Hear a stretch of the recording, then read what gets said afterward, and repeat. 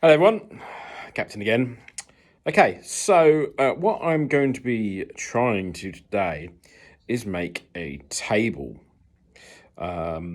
Just a normal farmhouse stroke Viking kind of style table. Got plenty of wood, just normal pine, nothing too special. And I've got 2 workbenches, one I already have. The other one I decided to get cheap on eBay, and it's not even half put together. So I've got a little bit of work to do first. That will teach me for buying cheap. That'll be the first thing I need to do. Right, there's that built. Now, it's important before you begin any project that you have a very detailed plan. So I've got mine here, my detailed plan of how I'm going to tackle this. So this is a table, 6 foot long. As you can see, my plan is incredibly robust. So the way I'm going to tackle this, and by the way, I've not done any woodworking like this before in my life. This is my first time. So all you carpenters out there, go easy on me. How I'm going to tackle it is from the top down. So I'm going to start with the tabletop, get that in position on the floor, then build the frame on top with the legs, etc., the side skirts, and then tip it all over, and then hopefully it will be perfect. That'll be the first stage, building the table. Then I'm going to obviously do some sanding. There'll be some sanding involved and some varnishing, maybe some staining at the end as well, because it's all pine, but I might stain it a bit darker, but that'll be future videos as well. So here we go. We'll start with the tabletop. Okay, so that's the back side of the table lined out. So now we've got to build on top of it. So as you can see, this is where I want to turn it upside down so I could position leg lengths, etc. So now I'm reasonably happy where they're going to go. I'm just going to measure it up, make sure it's all square. By the way, these legs, obviously I didn't make those. I found them on eBay, pine, for £40 for the 4. And they give it that farmhouse kind of look. They were too good to pass up really, so I had those sent in. But as you can see, I've got the side skirts, I've got the railings there, which I'm going to cut to size. Then I'll put some cross beams in. And then that part of the table will be complete. Okay, this is why you should always lie things down first before you do anything. I decided to change it a little bit. I'll show you what I did. I decided the table wasn't wide enough. It would have been a little bit cramped. So I put an extra plank down the middle. Very simple. Made the table a lot wider and a lot more usable. Now I'm ready to cut the longitudinal frames. Then I work on the lateral slats.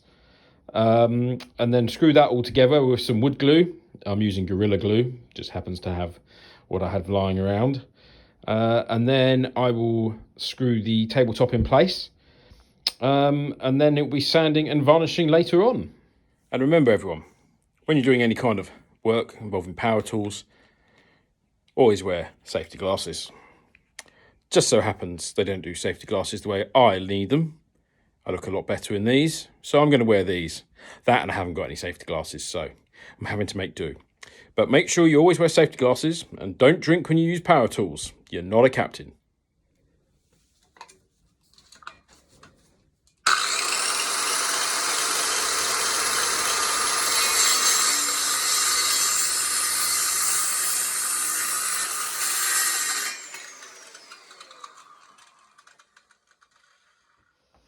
Okay, so that is the frame fully laid out and complete with all the cuts. Reasonably happy. Got my lateral slats, the main frame, and the side frames as well. So it's all ready to bolt together. So what I'm going to do now is I'm going to make a couple of pilot holes, just make my life easier in the wood, and then start screwing it all together with a bit of wood glue in between all the joints. And then we'll flip the frame off and we'll prepare the tabletop. Okay, that's the frame completed, and the glue is setting. Right, so the frame is done. There it is in all its glory. The glue's just going off. It's been there for about an hour or two. So once that's fully set, comes the next stage, which I'm now working on now. Okay, so the top of the table is actually scaffold boards. So the scaffold boards have these metal strips in the side. And the reason I got those was because they were cheap. However, I'm not going to have the metal strips on the, don't want them on the table itself. So I've removed them, or I'm starting to remove them, like so. That one's got a nail that's never going to come out. I'll hammer that in there. You'll never see it. In fact, it's a little bit of damage around the end, gives it more of a rustic look anyway. It's going to be sanded anyway, so nobody will know. But the reason I got those is they're cheap.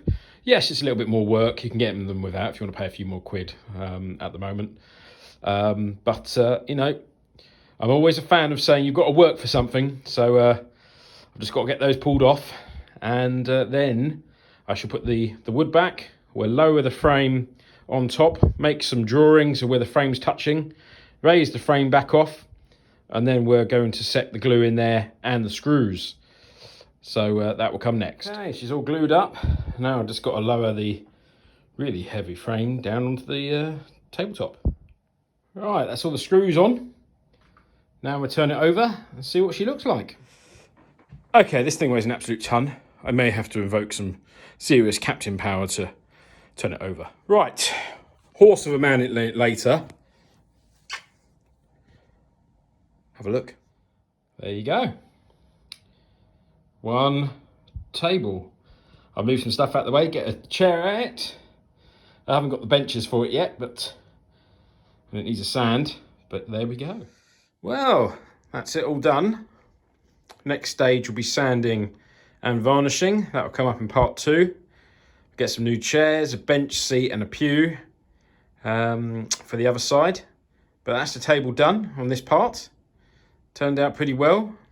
It's very strong. Belongs in a battleship, as it should be. So join me next time when I attack that part of the build. And remember everyone, stay safe. Captain out.